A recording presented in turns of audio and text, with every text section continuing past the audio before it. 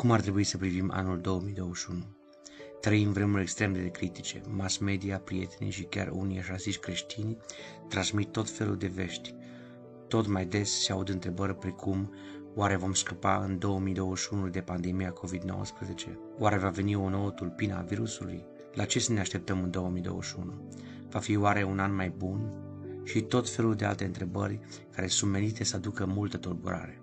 Consider că e extrem de necesar ca în 2021 să avem liniște, să ascultăm porunca Domnului Iisus Hristos din Ioan 14, și anume să nu vi se tulbure inima. Aveți credință în Dumnezeu și aveți credință în mine. Cred că se impune să ne încredem în mod autentic în Dumnezeu, să conștientizăm și să fim convinși că la cârma tuturor vremurilor a fost și va rămâne Creatorul nostru, Domnul cel Atotputernic.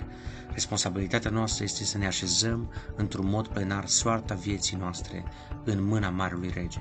Se impune ca în aceste momente incerte să ne cunoaștem Creatorul, să ne cunoaștem Dumnezeul, să observăm că în istorie El niciodată nu i-a lăsat pe cei ce s-au încrezut în El și doar cei ce L-au părăsit au fost dați de rușine. În 2021, cunoaște-ți Creatorul, caută-L cu consecvență, conformează-te cu claritate cerințelor sale, cântă-i glorie.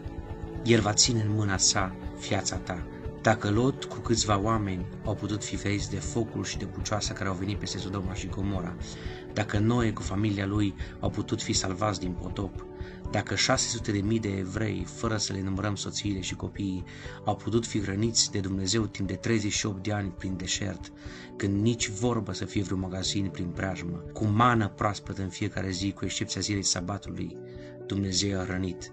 Dacă Ilie a putut fi hrănit de corbi, apoi de o văduvă, când nu mai avea acces la niciun magazin, dacă Șadrac, Meșac și Abednego au putut fi neatinși de focul supraîncălzit al cuptorului lui Nebucadnețar, dacă leii din groapa în care a înoptat Daniel au putut fi dresați de un înger al Domnului, dacă David a putut să-l învingă pe înfiorătorul Goliat, dacă Petru a călcat pe Alpe, dacă 5.000 de bărbați fără femei și copii, înfometați de aproximativ 3 zile de când ascultau învățăturile Mântuitorului, au putut fi hrăniți din ghiozdănelul unui băiețel anonim în care se aflau doar 5 pâini și 2 pești, oare nu te va putea binecuvânta pe tine Tatăl tău, Creatorul Universului întreg, Dumnezeul adevărat, care te ține fracțiune de secundă după fracțiune de secundă de mână?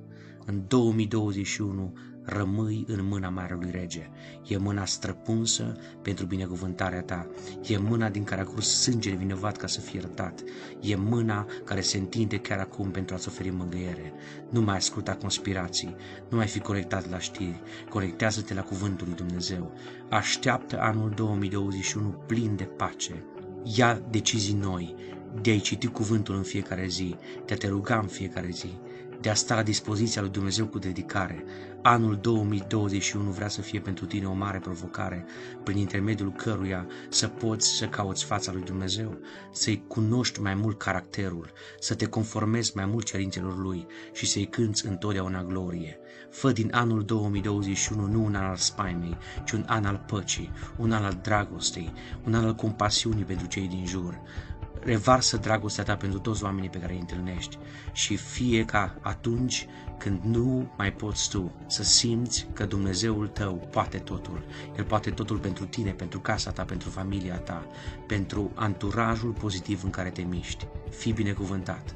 Îți doresc ca în anul 2021 să simți mâna străpunsă a Marelui Rege cum se apropie de tine în cele mai dificile momente, dar în același timp cum îți oferă siguranță și protecție, pentru că viitorul tău este în mâna Lui.